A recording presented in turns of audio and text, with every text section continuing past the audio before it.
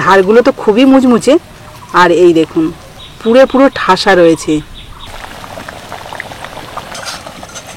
দেখুন চপগুলো কত সুন্দর গোল গোল হয়েছে, বেশ কড়া কড়া করেই চপগুলো ভেজেছি।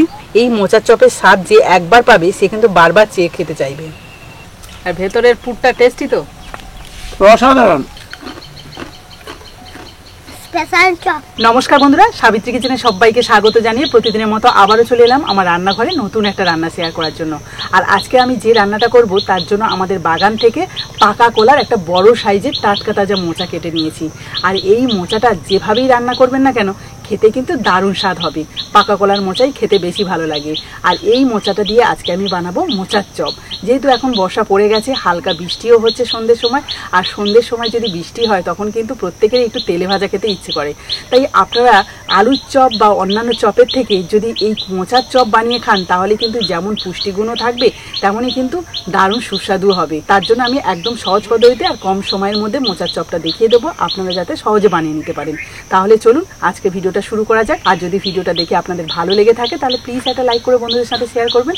আর যারা নতুন বন্ধু আছেন তারা যদি ইউটিউব থেকে দেখে থাকেন তাহলে প্লিজ চ্যানেলটাকে সাবস্ক্রাইব করে রাখবেন। আর যারা ফেসবুক থেকে দেখছেন তারা ফেসবুক পেজটাকে ফলো করে দেবেন।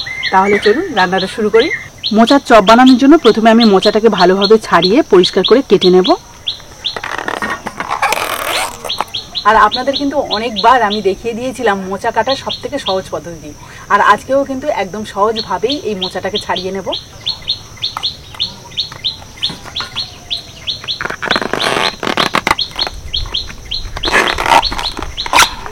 প্রথমে কিন্তু এরকম বড় বড় খোসাগুলোকে ছাড়িয়ে নেব।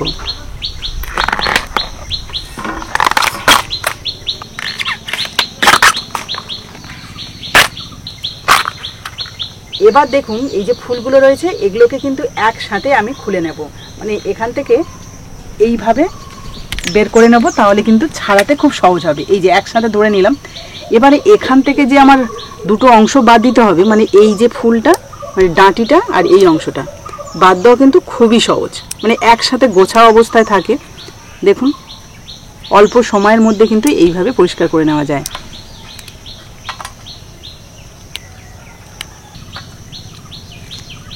এই দেখুন মানে সেকেন্ডের মধ্যে কিন্তু সুন্দরভাবে পরিষ্কার করে নেওয়া যায় মোচার ফুলগুলো। এবার এগুলোকে কিন্তু আমি এক সাইডে সুন্দর করে এরকম গুছিয়ে রাখবো যাতে কাটতেও সুবিধা হয়। এইভাবে প্রত্যেকটা ফুল গোছা সমেত বের করে নিয়ে পরিষ্কার করে নেব। তারপরে এই যে অংশটা রয়েছে এটা কিন্তু পুরোটাই আমি কুচিয়ে দেবো, তাহলে কুচিয়ে দিলে বা কেটে দিলে এটা কিন্তু খুব সহজে সিদ্ধ হয়ে যায় আর খেতেও ভালো লাগে।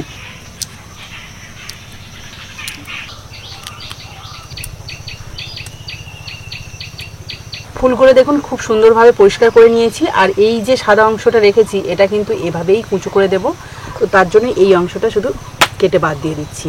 আমি ছুরি দিয়েই কাটছি, আপনারা যেটা সুবিধা হয় সেটাতেই কেটে নেবেন। দেখুন এইগুলো কিন্তু গোল গোল করে সুন্দর করে কেটে নিয়েছি। এবার এই অংশটা কাটবো যখন তখন কিন্তু একটু সাবধানে কাটতে হবে, কারণ এই অংশগুলো যে লম্বা লম্বা ডাঁটাগুলো আমরা বেছে বার করি সেগুলোই কিন্তু সুন্দরভাবে এই যে বেরিয়ে আসছে, মানে এর ভেতরে তো রয়েছে সেগুলো বেরিয়ে আসছে।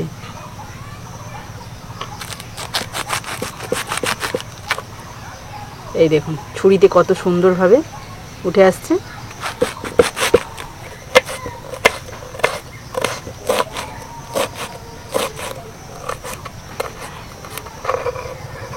দেখুন ওই সাদা অংশটা কেটে এতটা হয়ে গেছে।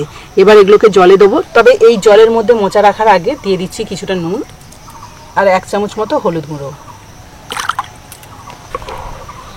এবার এগুলোকে জলের মধ্যে রাখছি। নুন আর হলুদ জলের মধ্যে রাখলে কিন্তু মোচা কালো হয় না।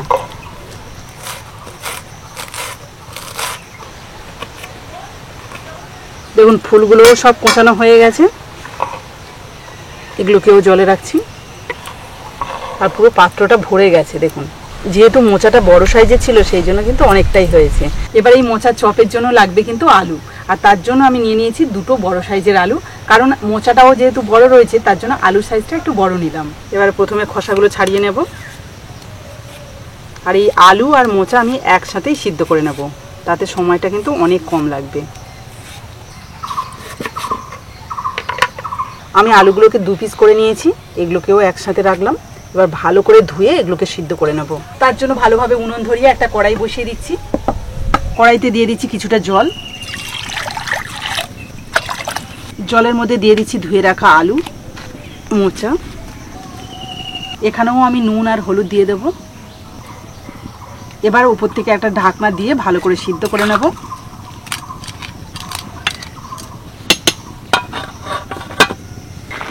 মোচা আর আলুটাকে বেশ কিছুক্ষণ ভালো করে সিদ্ধ করে নিয়েছি। তো চলুন এবার এই জলটাকে ঝাড়িয়ে নিই। এবার এই চপের জন্য মোচা আর আলুটাকে পুর হিসাবে রেডি করে নেব। তবে তার আগে এই মোচার চপের মধ্যে একটুখানি বাদাম দেব, আর সেই বাদামটাকে আমি এখন ভেজে নেব। তার জন্য কড়াইতে দিয়ে দিচ্ছি কিছুটা তেল। এই যে অল্প করেই দিয়ে দিচ্ছি চিনে বাদাম। বাদামগুলো ভালোভাবে ভাজা হয়ে গেছে, এবার আমি তুলে নিচ্ছি। এবার পুরটা রেডি করব। তার জন্য ওই তেলের মধ্যেই দিয়ে দিচ্ছি অল্প একটু 5 ফোড়ন, অল্প একটু হিং। এই চপটা কিন্তু সম্পূর্ণ নিরামিষভাবে বানাবো, তার জন্য হিংটা দিলাম। এবার দিয়ে দিচ্ছি গ্রেট করা আদা 1 চামচ।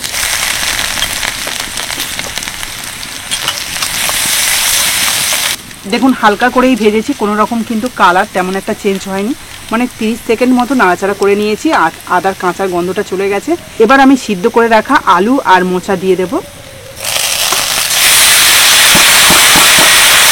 এখানে দেখুন আলুগুলোকে কিন্তু আমি ভেঙে দিইনি, পরে এগুলোকে ভালো করে ম্যাশ করে নেব।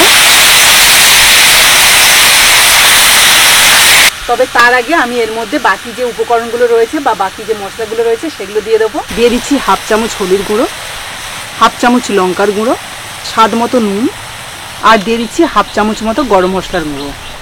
ভালো করে সব কিছু মিশিয়ে নেব।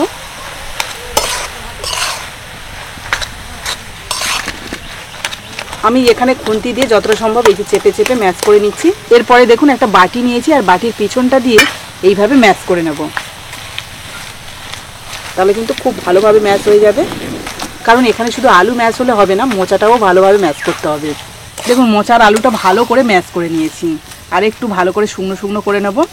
তবে তার আগে দিয়ে দেবো বাদামের টুকরো। যে বাদামগুলো ভেজেছিলাম সেগুলোকে ভালো করে টুকরো করে নিয়েছি। আর দিয়ে দিচ্ছি 1 চামচ চিনি। যেহেতু কলার মোচা সেজন্য একটু চিনি দিতেই হবে। ভালো করে মিশিয়ে নেব।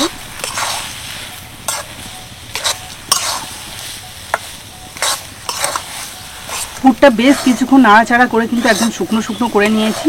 আর কখন বুঝবেন যে পুরটা রেডি হয়ে গেছে, আপনাদের একটা টিপস বলে দিই। এই দেখুন কড়া থেকে কিন্তু সম্পূর্ণভাবে এই পুরটা কিন্তু ছেড়ে যাচ্ছে। এই দেখুন কোনো জায়গায় জড়িয়ে থাকছে না। এইরকম হলেই তবেই বুঝবেন যে পুর সম্পূর্ণভাবে রেডি হয়ে গেছে। এবার এটাকে আমি একটা পাত্রে তুলে নেব।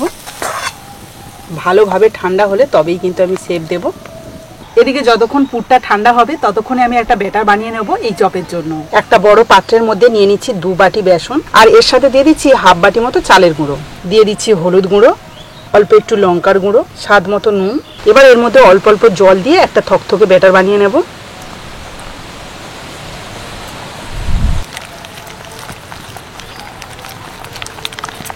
যাতে চপটা খুব সুন্দর মুচমুচে এবং ফুলকো ফুলকো হয়, তার জন্য একটুখানি ফেটিয়ে নেবো, মানে ওই 1 থেকে 2 মিনিট মতো।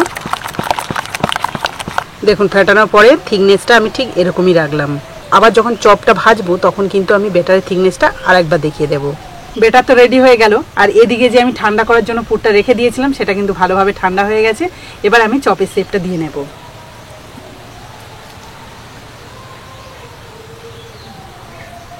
এই যে দেখুন, বাড়িতে যেহেতু বানাচ্ছি একটু বড় বড় চপের সাইজটা হলে ভালো লাগবে। তো আমি এই যে গোলগুলো দেখুন এইভাবে করে নিচ্ছি। তো একেবারেই চপের শেপটা দিয়ে নিই, তাতে আপনাদের দেখতে সুবিধা হবে বা বুঝতেও সুবিধা হবে।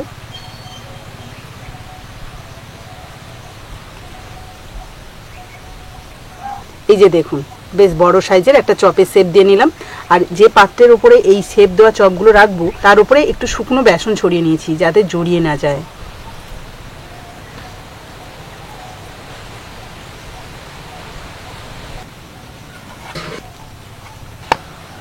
সবগুলো চপের শেপ দিয়ে নিলাম। এবার আমি চপগুলো ভাজবো বলে কড়াইতে তেল গরম করতে দিয়েছিলাম, ভালোভাবে গরম হয়ে গেছে। এবার ওখান থেকে আমি এই চামচে 2 চামচ মতো তেল এই ব্যাটারের মধ্যে দিয়ে দেবো। এতে করে কিন্তু খুব মুচমুচে যেমন হবে তেমনই কিন্তু খেতেও ভালো লাগবে চপগুলো। ব্যাস এবার ভালো করে মিশিয়ে নেব।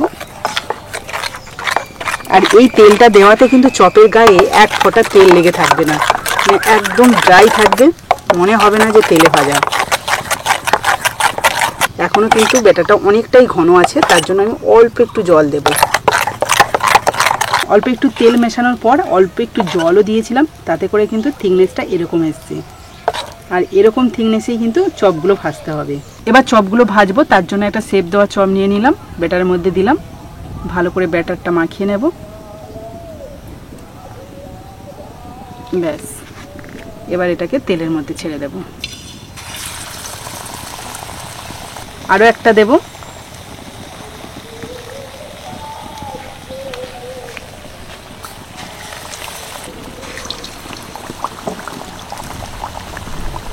সবগুলোর এক পিঠ হালকা ভাজা হয়ে গেছে, এবার সবগুলোকে উল্টে দেব।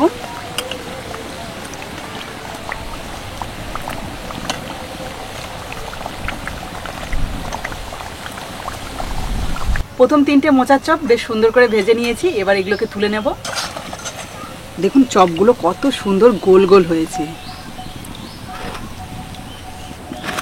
তো চলুন বাকিগুলো আমি একইভাবে ভেজে নিই।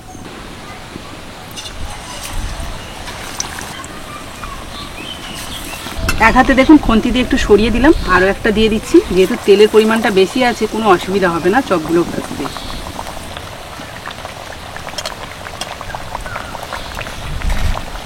পরের 4টেও বেশ সুন্দর করে ভেজে নিয়েছি, এগুলোকেও তুলে নিলাম।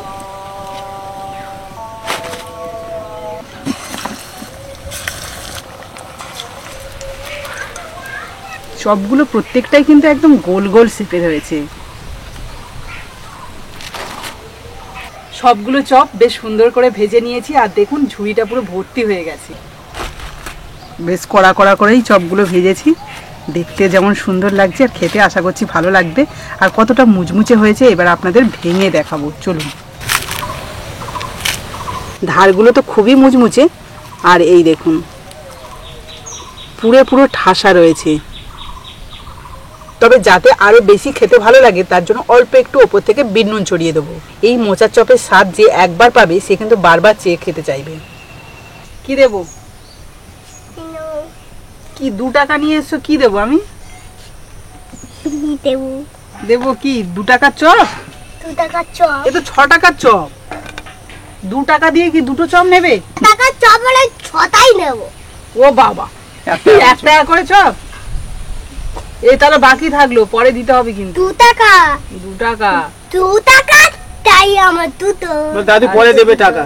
তো বন্ধুরা দেখতেই পাচ্ছেন কুটুস কিন্তু 2 টাকা নিয়ে এসে দুটো চপ নেবে বলে 1 টাকা করে চপ। ওর দাদু একটা আর ওর একটা। খাওয়া শুরু করে দিয়েছে। কেমন হয়েছে বলো? ভালো, কিন্তু হচ্ছে কি আমি যে তোমাকে 6 টাকাটা দিয়েছি ওটা আমাকে দাও। আমি যখন চপগুলো ভাজছিলাম তখন কিন্তু কুটুস টাকা নিয়ে এসে ওরকম একটা একটা করে চপ নিয়ে গিয়ে বাড়িতে খেয়েছে। সেই টাকাটা আবার এখন ঘুরে চাইছে। তাহলে আমি যে চপগুলো দিয়েছিলাম সেগুলো আমার দিয়ে দাও।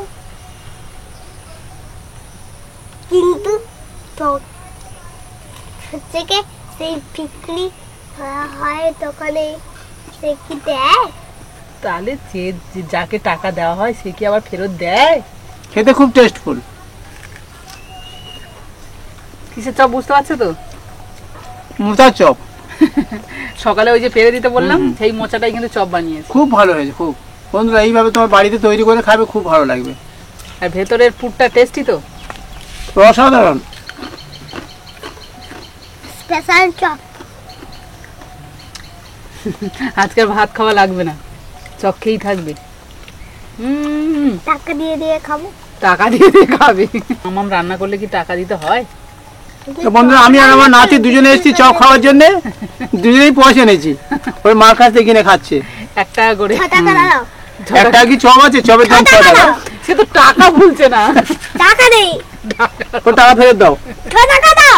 আমিও একটু করে চপ নিয়ে নিয়েছি, এবার এটাকে খেয়ে দেখি কেমন হয়েছে। বাবা আর কুটুস তো বললো খুব ভালো হয়েছে। বাদামগুলো যে দেওয়া রয়েছে তার জন্য কিন্তু আরো বেশি ভালো লাগছে। আর আপনারা দেখলেন তো সম্পূর্ণ কিন্তু এটা নিরামিষভাবে বানিয়েছি, সবাই খেতে পারে যাতে। তো বন্ধুরা আজকের এই মোচার চপের রেসিপিটা আশা করি আপনাদের ভালো লেগেছে। আর ভালো যদি লাগে তাহলে প্লিজ একটা লাইক করে বন্ধুদের সাথে শেয়ার করবেন। তো আজকের মতো টাটা, পরের দিন আসবো আবার একটা নতুন ভিডিও নিয়ে। ততক্ষণে ভালো থাকবেন, সুস্থ থাকবেন।